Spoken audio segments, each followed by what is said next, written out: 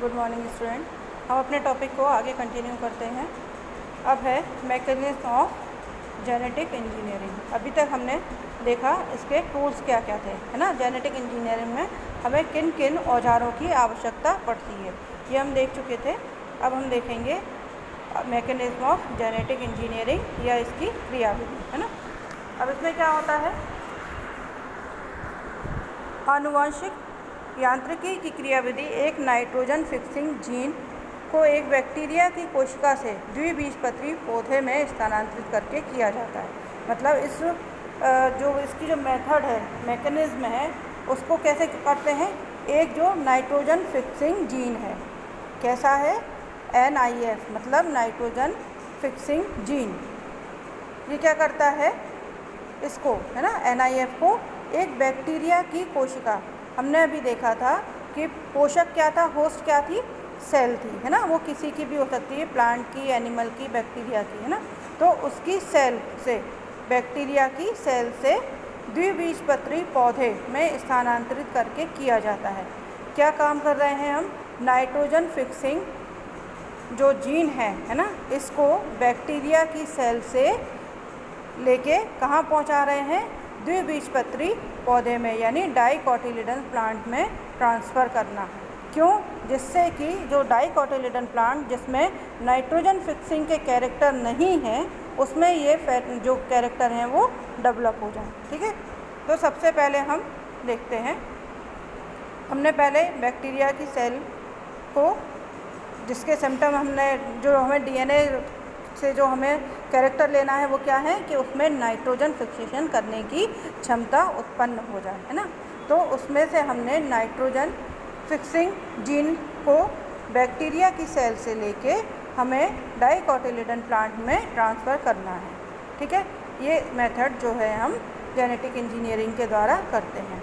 अब इसमें क्या होगा, NIF जीन बैक्टीरिया को स्वतंत्र नाइट्रोजन को नाइट्रेट्स में परिवर्तन करने में मदद करता है। जो NIF जीन है ये क्या करता है, बैक्टीरिया जिसकी हमने सेल ली है ना, बैक्टीरिया को क्या करता है, जो स्वतंत्र नाइट्रोजन है, जो वातावरण में स्वतंत्र रूप में नाइट्रोजन पाई जाती है, उसको नाइट्रेट्स में चेंज करने में हेल्प करता है। कौन करता है, NIF जीन। ठीक है, बैक्टीरिया को जो वातावरण में नाइट्रोजन पाई जाती है उसे नाइट्रेट में कन्वर्ट करने में मदद करता है।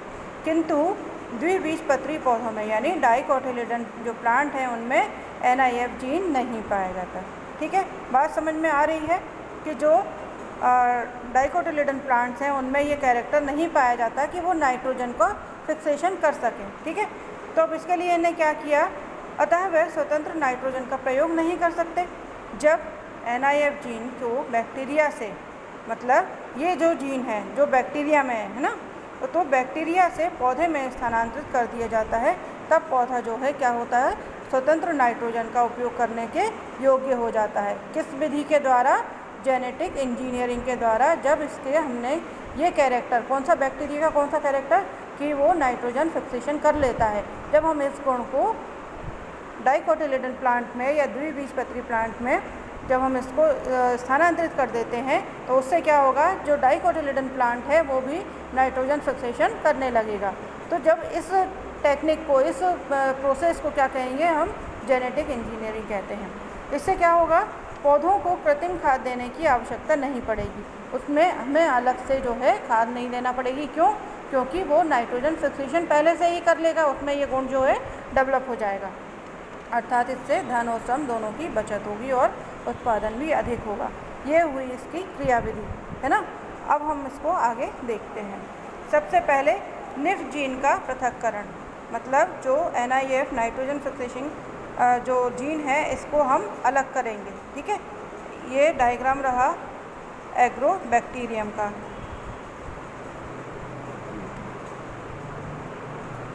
यहाँ हम देखें ना, ये है एग्रोबैक्टीरियम। ठीक है, इसमें से, और ये है इसमें TI प्लाज्मिड, है ना।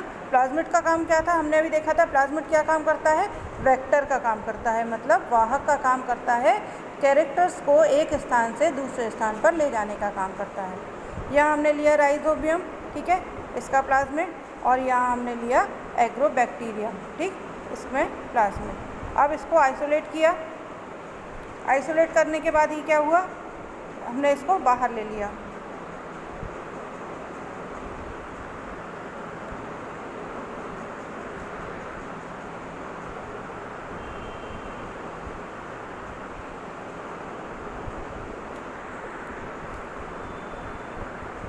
ये हमने यहाँ से इसको आइसोलेट किया, किसको, टीआई प्लाज्मिड को। इस भाग को हमने जो है यहाँ पर अलग कर लिया। ठीक है, अब इसको कैसे क्या होता है, इसमें nif genes nitrogen fixing rhizobium में पाए जाते हैं। जो निफ जीन है ना, मतलब नाइट्रोजन फिक्सिंग जीन्स जो हैं वो नाइट्रोजन फिक्सिंग बैक्टीरिया राइजोबियम में पाए जाते हैं। किस में पाए जा रहे हैं, राइजोबियम में। ठीक है, बैक्टीरिया कोशिका को लाइसोजाइम एंजाइम द्वारा खोला जाता है। अब इसकी जो सेल है ना, इसको किससे खोलेंगे, लाइसोजाइम एंजाइम के द्वारा। और डीएनए को एक विशेष रेस्ट्रिक्शन एंडोन्यूक्लियस एंजाइम द्वारा उपचारित किया जाता है। उपचारित करने का क्या मतलब हो गया, उसको काटा जाता है, फिर उसको ट्रीट किया जाता है। और ये डीएनए से चिपकने सिरों वाले स्टिकी खंड उत्पन्न करता है। और जब इसको हम काटेंगे, मैंने आपको पहले बताया है कि जहाँ से हम इसको काटते हैं, है ना, तो ये क्या करता है, ये स्टिकी एंड बनाता है। देखो जैसे यहाँ पर इस चीज़ को मैं आपको क्लियर कर दूँ कि ये जो बना हुआ है ना, जैसे ये बना है ये।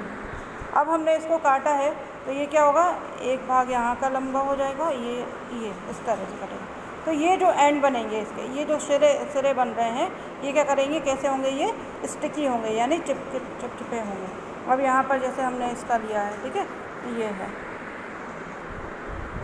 इस तरह से, है ना, ऐसे।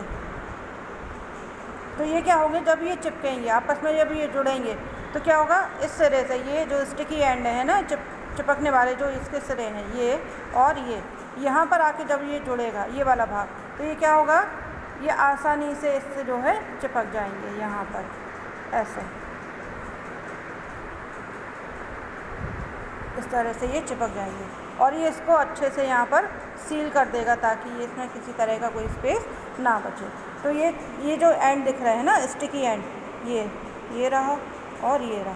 तो ये क्या करते हैं, इनको चिपकाने का काम करते हैं जब इनको काटा जाता है रेस्ट्रिक्शन एंडोन्यूक्लियस के द्वारा। यहाँ आप डायग्राम में देखते जाएंगे, जैसे ये टीआई प्लाज्मिड है ना, अब इसको यहाँ से कट किया तो ये जो ट्रांसफ़र डीएनए है, ये तो ये है ना, ये रहा। ठीक, अब हमको जो दूसरे सिम्टम लेना है ना, NIF जीन लेना है यहाँ से।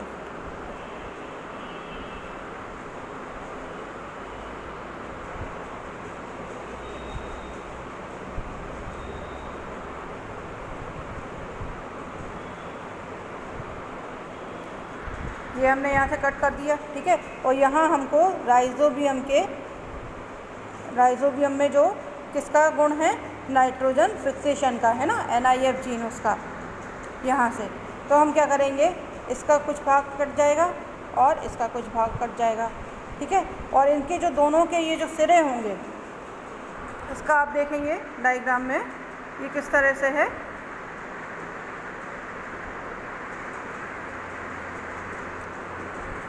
और ये यहाँ पे लंबा होगा, है ना, और ये यहाँ पे लंबा होगा, और ये कुछ भाग जो है छूटा हुआ होगा, जैसे आपको यहाँ डायग्राम में ये दिख रहा है कि यहाँ पर ऊपर नहीं है, है ना, और ऐसे ही यहाँ पर भी ये खाली है। तो ये क्या होगा, इन सिरों से, यानी इन सिरों से वो जा कर के यहाँ पर जुड़ जाएगा, यहाँ पर, ठीक है। जैसे ये यहाँ दिख रहा है, ये स्टिकी एंड है, ये दोनों आपस में जाके यहाँ पर ये डायग्राम में ये देखें, ये यहाँ पर ये जुड़ गए, है ना। NIF जीन, ये जो सिम्टम्स से इसके जो लक्षण थे, है ना, नाइट्रोजन फिक्सेशन जीन आकर के यहाँ पर इसमें जुड़ गया, और ये ट्रांसफ़र डीएनए जो मौजूद था पहले से, ठीक है। तो इस तरह से जो है ये दोनों आपस में जुड़ करके एक नए कैरेक्टर, अब जो ये जो एग्रोबैक्टीरियम है ना, अब जो हमें नया एग्रोबैक्टीरियम मिला है, ये वाला, है ना। अब इसमें कौन से गुण हैं, इसमें नाइट्रोजन फिक्सेशन के गुण मौजूद हैं, है ना। फिर इसकी जो है कॉपियाँ निकाल ली जाती हैं, 1 2 3 4 5 आप जितनी चाहो कॉपियाँ इसकी निकाल लो, और जो है इसको आगे कल्चर करते जाते हैं। तो आपको ये मेथड समझ में आई होगी। मैं इसकी थ्योरी आपको बता देती हूँ।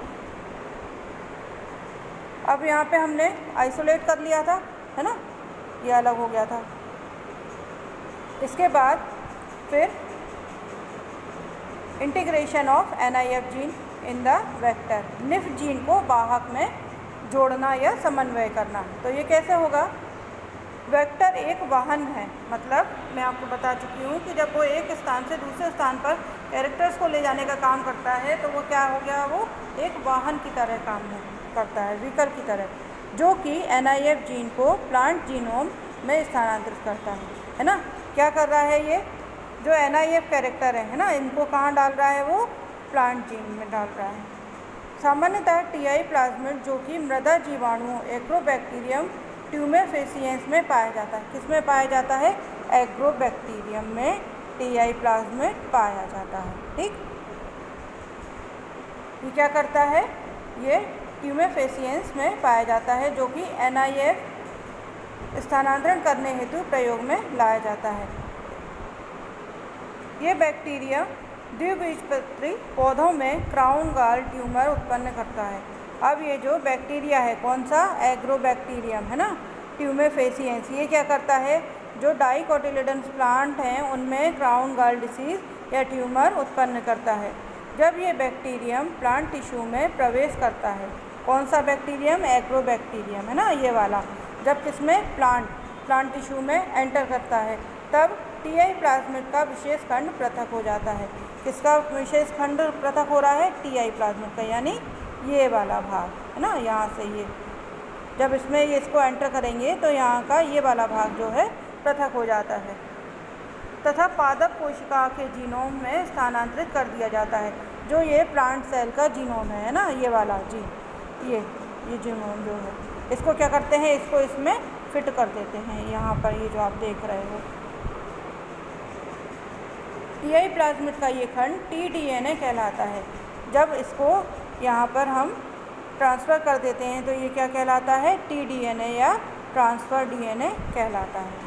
tDNA क्राउन गॉल ट्यूमर उत्पन्न करने के लिए जिम्मेदार होता है। ये जो tDNA है, ट्रांसफ़र DNA है, जो दूसरे से लाया गया है, वो किसके लिए रिस्पॉन्सिबल होता है? वो क्राउन गॉल ट्यूमर के लिए रिस्पॉन्सिबल होता है। ये प्लाज्मिड पृथक किया जाता है तथा tDNA खंड में एक विशिष्ट रेस्ट्रिक्शन एंडोन्यूक्लियस एंजाइम की मदद से एक स्थान पर क्लीव करके खोला जाता है। अब क्या हो रहा है, ये जो tDNA है ना, tDNA कौन सा भाग हो गया? ये वाला भाग, ये tDNA खंड, ये क्या होता है? एक विशिष्ट रेस्ट्रिक्शन एंडोन्यूक्लियस। मैंने आपको बताया जो इनके टूल्स में थे, एंडोन्यूक्लियस ये क्या काम करता है? ये काटने का काम करता है ना। तो इसको क्या एंजाइम की मदद से एक स्थान पर क्लीव करना, मतलब उसको खंड करना, है ना, काटना। क्लीवेज का मतलब आप लोग जानते हैं क्या होता है? क्लीव किया जाता है, खोला जाता है। अब पृथककृत NIF जीन को लाइगेज एंजाइम की मदद से खुले हुए स्थान पर जोड़ा जाता है। लाइगेज एंजाइम क्या हो गया? जो यहाँ पर है ना, इसमें जिसमें ये है, जहाँ से ये चिपकेगा, ठीक है। इस भाग में पहले काटने का काम किया